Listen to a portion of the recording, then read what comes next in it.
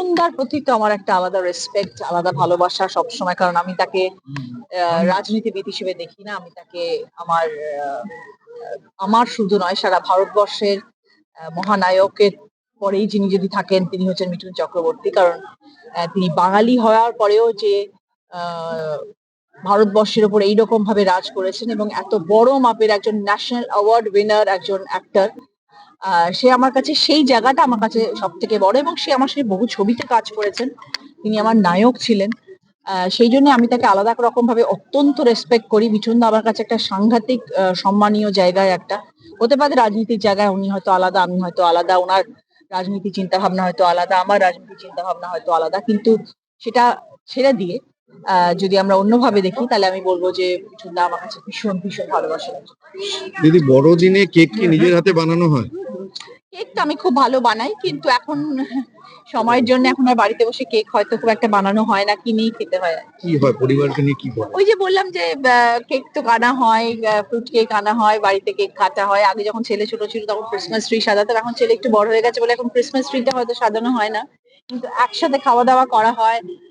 এক হয় বাইরে যাই খেতে, বা বাড়িতে কোনো রকম ভালো মন্দ আয়োজন হয়। আর ছেলে এসেওছে, ছেলে এখন থাকে না এখানে, ছেলে এসেওছে বাইরে থেকে, একসাথে কাটাবো কালকে দিনটা সবাই মিলে। ব্যান্ডেল চার্চটা দেখি যদি আজকে সময় করতে পারি করবো, তা না হলে পরে। দিদি, 26 সাল পথে আর কিছুদিন বাকি।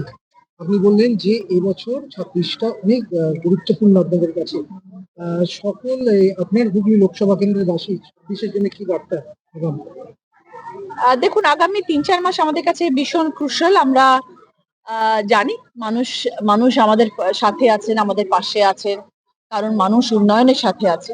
আর মমতা বন্দ্যোপাধ্যায় যেখানে আছেন সেখানে উন্নয়ন আছে। মমতা বন্দ্যোপাধ্যায় যতদিন থাকবে ততদিন পশ্চিমবাংলার উন্নয়ন হবে। সেই পরিপ্রেক্ষিতে আমরা আশাবাদী এবং আমরা নিশ্চিত যে আগামী 3 মাসে আমরা মানুষকে বোঝাতে পারবো এবং মানুষ আমাদের সাথেই থাকবেন এবং আমাদের পাশেই থাকবেন। কারণ একটাই বার্তা হচ্ছে, নিজেদের ভবিষ্যৎ যদি মানুষ চান যে সুরক্ষিত থাকুক, ভালো থাকুক, আনন্দে থাকুক, তাহলে তৃণমূল কংগ্রেস ছাড়া সেটা কোনো গতি নেই। অভিষেক বন্দ্যোপাধ্যায় দিদি বলেন, অন্তত চিন্তা ভাবনা করে বলেন, very calculative, very specific, very intelligent. উনি ওনার ওনার ওয়ার্ক স্টাইল একদম ডিফারেন্ট, উনি অন্য রকম ভাবে রাজনীতির মঞ্চে কাজ করেন। এবং উনি যখন এই কথাটা বলেছেন তখন একটা কেন, হয়তো দুটো আরো বেশি বলতেন। দেখো, আমরা মনে করি, আমরা যারা শিল্পী, আমরা সবসময় মনে করি শিল্পীদের একটা আলাদা সম্মান সবসময় পাওয়া দরকার, এবং শিল্পীদের নিয়ে কোন রকমের আলোচনা বা শিল্পীদের নিয়ে কোন রকমের কুৎসা রটনা করা বা শিল্পীদের কোন রকমের ভিন্ন মনে দেখা বা তাদেরকে কোন রকম ইনসাল্ট করে কথা বলা, আমি কখনো সেটাকে প্রেফার করি না, পছন্দ করি না, এবং আমার মনে হয় সেটা না হওয়াটাই বাঞ্ছনীয়।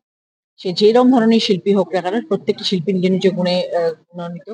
তার কোন রকম তাকে নিয়ে কোন রকম সমালোচনা করা, আলোচনা করা, সেটা একদম ঠিক। আপনাদের দলের বিধায়ক হুমায়ুন কবির, ডেবরার বিধায়ক, তিনি বলছেন যে এই যে লগ্নজিতার ঘটনা, সেই ঘটনায় যে অভিযোগ করা হয়েছে, সেখানে যে খুনের মামলা দেওয়া হয়েছে, সেটা একেবারেই ঠিক নয়। সেই মামলাটা মানে উচিত নয়, যে কেসটা দেওয়া হয়েছে। কি বলবেন? বলতে পারবো না হুমায়ুন কবির কি বলছেন, সে বিষয়ে আমার এই মুহূর্তে কোনো মন্তব্য করার ইচ্ছে নেই। সেটা উনি ভালো বলতে পারবেন। উনি কি বলছেন, ওনার কি চিন্তাধারা, উনি কি বলতে চান, সেটা আমি বলতে পারবো। আপনার 7টা বিধানসভার মধ্যে হুমায়ুন কবির তো নিজের প্রার্থী দেবেন, তাতে কি কোনো রকম চিন্তিত? কোন রকম চিন্তিত নই আমরা। আমরা তৃণমূল কংগ্রেস কোনোটাতেই চিন্তিত নই, কারণ আমরা জানি যে দিদি দিদি এমন একজন মানুষ, দিদির কর্মকাণ্ড এমন বিগত এতগুলো বছরের, সেই জায়গাটা অন্য কেউ কোনো দিন আসতেও পারবে না, কেউ কোনোদিনও নিতেই পারবে না। দিদি ছিলেন, দিদি আছেন, দিদি আগামী দিনেও থাকবে। তৃণমূল কংগ্রেস সবসময় থাকবে, তৃণমূল কংগ্রেসকে কেউ সরাতে পারবে না। দল থেকে বেরিয়ে নতুন দল যে মন্দির মসজিদের রাজনীতি, হুমায়ুন কবির মসজিদ বানাচ্ছেন, মুর্শিদাবাদে আরেক বিধায়ক রয়েছেন জাকির হোসেন, তিনি বলছেন মন্দির করবেন, কি বলবেন? মানে এটা ঠিক নয়। দেখুন, সকলেরই সব সব জাতিকে আমরা শ্রদ্ধা জানাই, সব জাতি সব ধর্মকে আমরা শ্রদ্ধা জানাই, প্রত্যেকেরই আলাদা আলাদা ইয়ে আছে। আমরা আর বড়দিন, আমি আজকে আপনাদের সব প্রথমেই শুরু করলাম যে কালকে বড়দিন। আমি তো খ্রিস্টান নই, কিন্তু আমি কালকে বড়দিন মানাবো।